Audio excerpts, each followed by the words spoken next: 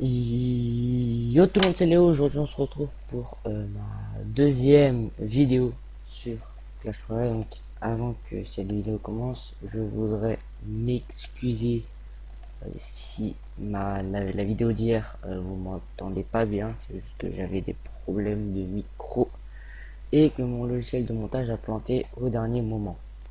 Mais là je vous assure, vous m'entendrez bien. Donc dans cette deuxième vidéo, je vais vous montrer tous les combos, enfin pas tous mais pas mal, qui existent et que vous pouvez faire entre le camp d'entraînement, donc l'arène 1, donc de l'arène 1 à l'arène 4. Donc vous voyez qu'il y a pas mal de troupes. Donc je vais pas les tester parce que sinon ça prendra trop de temps. Je vais juste vous les présenter. Mais je vous assure que je les ai déjà testés parce que comme vous, je suis passé par là, hein. Donc les combos. Donc déjà, avec ce qu'il y a au camp d'entraînement, on peut faire pas mal de combos. Bon, donc un combo par exemple euh, entre l'arène 1 et le camp d'entraînement, on peut faire... qu'est-ce qu'on peut faire? On peut pas trop faire de choses, mais les troupes qui sont au camp d'entraînement et à l'arène 1 vont nous servir pour les combos de l'arène 2 et 3 et 4.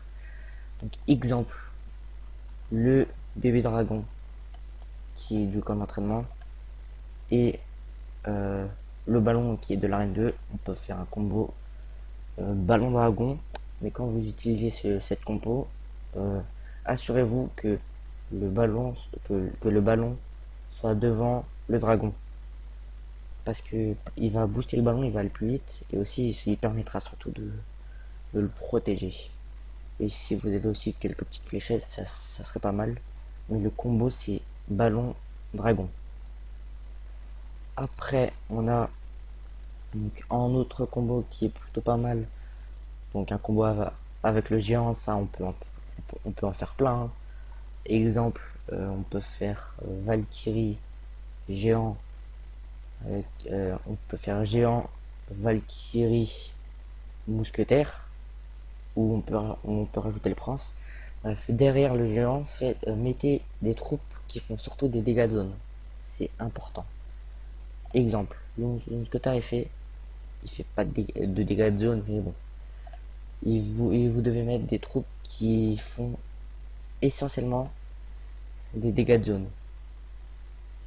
Après, c'est vrai qu'en arène 1, 2 et 3 et 4, vous pouvez mettre aussi des troupes qui font pas de dégâts de zone, mais à partir de l'arène 4, il va falloir vraiment commencer à bien protéger son géant.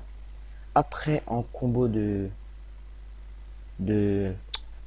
je vais pas dire le mot, mais voilà, vous allez comprendre. Arc-X sort de rage, voilà. Donc c'est un combo quand on met le sort de rage sur l'arc-X, ça fait une sorte de mitraillette. Et pour protéger votre arc-X, vous pouvez mettre aussi le canon, la tombstone, juste histoire que ça focus que la tombstone au lieu du l'arc-X. Vous pouvez le placer devant. Donc vous pouvez mettre le canon, et si vous êtes à arène 4, la Tesla et la tour d'enfer. Sinon, vous le protégez par une tour à bombe. Bref, vous mettez devant l'arc-X ou à côté des troupes qui fait en sorte que ça protège bien l'arc-X, et si vous le protégez bien, il détruira la tour et vous gagnerez. Après, on peut faire aussi le combo ballon. Ah non, oui, j'ai dit le ballon dragon. Mais il y a plein de combos aussi qui existent avec le ballon, hein. Ballon mousquetaire, ballon sorcière, bref, des troupes qui peuvent toucher les troupes aériennes et terrestres. Et, exemple, la mousquetaire, elle peut toucher les gargouilles en haut et les barbares en bas. Voilà, c'est important. Donc si vous faites ça normalement, ça, il n'y aura aucun problème. À moins que l'ennemi ait une défense.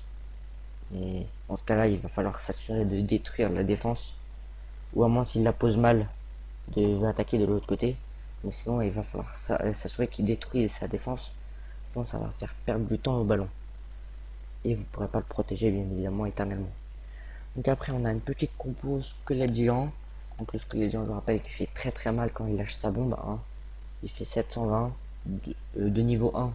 Quand il lâche sa bombe, il fait 720 de dégâts, donc c'est important que vous le mettez près de la tour. Donc on peut faire squelette géant. Alors un petit peu, voilà, donc squelette géant avec la sorcière pour contrer tout ce qui est prince. Le chevalier qui est vraiment coriace, hein.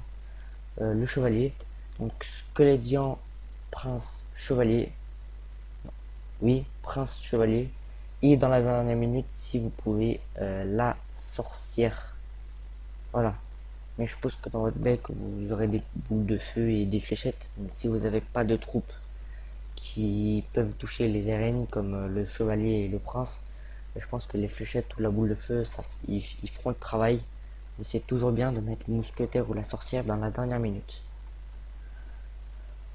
Après, donc on n'a pas trop de combos, vous pouvez voir à partir de entre l'arène 1 et 4. Mais par contre, si vous êtes à l'arène 4, vous pouvez faire le fameux combo chevaucheur de cochon et gel qui est très connu en ce moment. Il y en a qui jouent à l'arène 6 et 7, hein. Il est très connu ce combo. Ou vous pouvez faire aussi comme combo si vous l'avez PK. Derrière vous pouvez mettre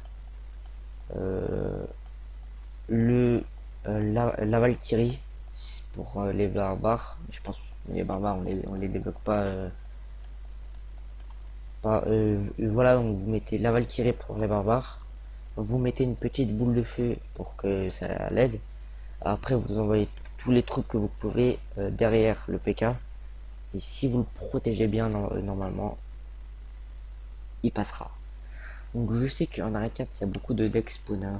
Voilà, donc si vous savez pas ce que c'est, vous pouvez voir ma vidéo, ma première. Pas la peine que je la mette dans la description puisqu'il y en a que deux quand elle va sortir.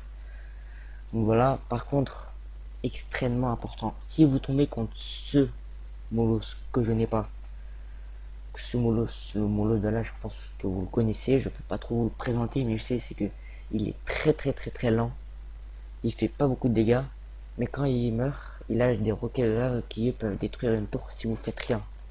Donc si on vous joue le Molos en arène 4, vous pouvez faire le combo que vous voulez, mais dans votre deck, placez au moins un bâtiment défensif. La Tesla, la tour de l'enfer, le canon, ce que vous voulez. Bon, de préférence un bâtiment qui peut toucher le mollo donc en l'air. Donc la TDU ou la Tesla, mais mettez le canon et voilà, et placez vraiment des troupes aussi qui peuvent toucher les aériennes comme je vous l'ai dit tout à l'heure. Donc le mousquetaire, la sorcière et tout. Car le Molos a 3000 points de vie. Il a beaucoup plus de points de vie que le géant. Il a 1000, non, il a 10 000 points de vie de plus. Ou 1000, enfin voilà, je sais pas. Et donc il fait que 30 dégâts, mais si vous le contrez pas tout de suite, il va faire très mal.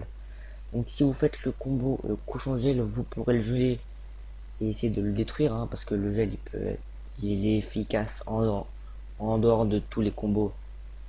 Il est très efficace.